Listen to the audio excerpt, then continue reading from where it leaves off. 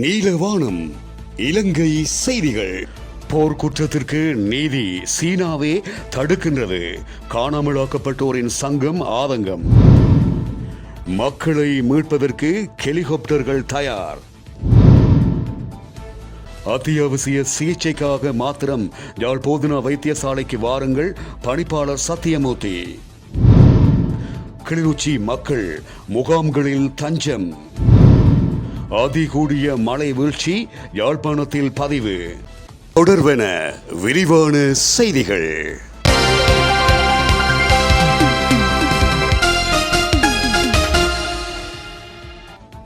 வடக்கு கிழக்கில் இறுதிப் போரின் போது இராணுவத்திடம் கையளிக்கப்பட்ட உறவுகளுக்கு என்ன நடந்தது என உறவுகள் ஏங்கிக் கொண்டிருக்கும் நிலையில் அதற்கான சர்வதேச நீதியை பெறுவதற்கு சீனா தடையாக அமைகிறது என்று வடக்கு கிழக்கு வெளிந்து காணாமலாக்கப்பட்டோர் சங்கத்தின் செயலாளர் லீலாதேவி ஆனந்த நடராஜா சுட்டிக்காட்டியுள்ளார்.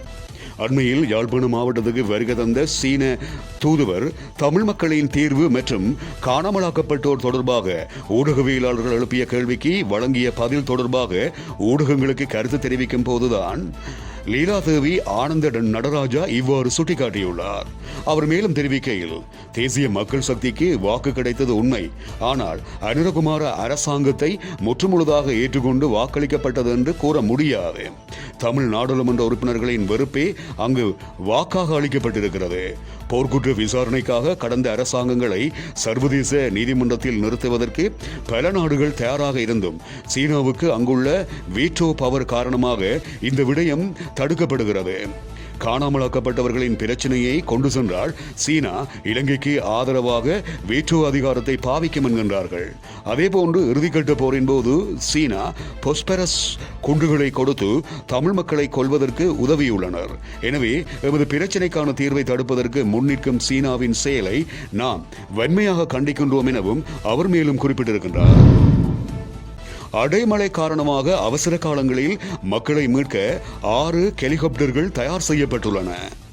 யாழ்ப்பாணம் பலாலி, ரத்மலானை, கிங்குராங்கொட, வீரவில, அம்பாறை, அனுராதபுரம் விமானப்படை தளங்களில் ஹெலிகாப்டர்கள் தயார் செய்யப்பட்டிருப்பதாக விமானப்படையின் ஊடக பேச்சாளர் கிகனகே தெரியப்படுத்தியுள்ளார்.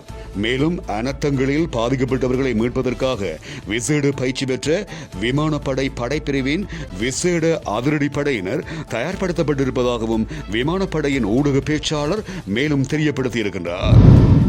யாழ்ப்பாணத்தில் வெள்ள அனர்த்தம் ஏற்பட்டிருக்கின்ற நிலையில் அத்தியாவசிய சிகிச்சை தேவைப்பாடுகள் பெறுகின்றவர்கள் மாத்திரம் யாழ் போதனா வைத்தியசாலைக்கு வருகை தருமாறு யாழ் போதனா வைத்தியசாலை பணிப்பாளர் சத்தியமூர்த்தி தெரியப்படுத்தியுள்ளார். இதுகுறித்து வைத்தியசாலையின் பணிப்பாளர் சத்தியமூர்த்தி விடுத்திருக்கின்ற அறிவிப்பில், வெள்ளப்பெருக்கம் காரணமாக வைத்தியசாலையின் சில விடுதி பகுதிகளில் வெள்ளம் புகுந்துள்ளது. மேலும் பல ஊழியர்களின் வீடுகளும் வெள்ளத்தில் மூழ்கியிருக்கின்றமையினால் அவர்கள் வேலைக்கு வர முடியாத நிலைமை ஏற்பட்டிருக்கிறது. தொடர்ந்து மழை பெய்து கொண்டிருப்பதால் சாதாரண வைத்திய சேவைகளை வழங்குவதில் சிக்கல்கள் இருக்கக்கூடும். எனவே பொதுமக்கள் கிளினிக் போன்ற சாதாரண சிகிச்சைகளுக்காக வருகை தராமல் வெள்ளப்பெருக்கு குறைந்த பிறகு அவற்றுக்கான மருந்துகளை பெற்றுக் கொள்ளலாம் என்பதையும் அத்தியாவசிய சிகிச்சைகளுக்காக மட்டுமே வருகை தருமாறும் யாழ் போதனா வைத்தியசாலையின் பணிப்பாளர் சத்தியமூர்த்தி இவ்வாறு குறிப்பிட்டிருக்கின்றார்.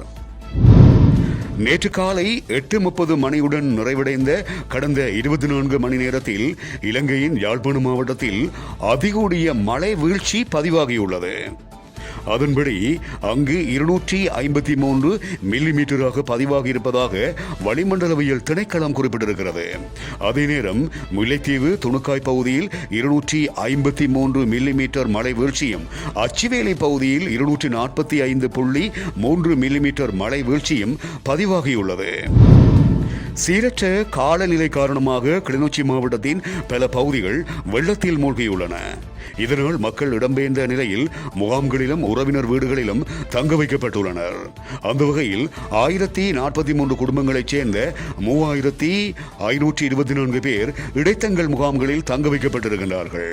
அத்துடன் பலரின் வாழ்வாதாரமும் பாதிக்கப்பட்டிருப்பதுடன் பல விவசாய நிலங்களும் நீரில் மூழ்கியுள்ளன. அதேவேளை வட்டக்கச்சி ஊடாக கண்டாவளி செல்லும் பிரதான வீதியில் புளியம்பொக்கனை பகுதியில் குறுக்கரத்து வெள்ளம் பாய்வதனால் பெரியகுளம் வட்டக்கச்சி செல்லும் வீதி முற்றாக தடை செய்யப்பட்டிருக்கிறது. இத்துடன் நீலவானத்தின் இலங்கை செய்திகள் நிறைவடைகின்றன.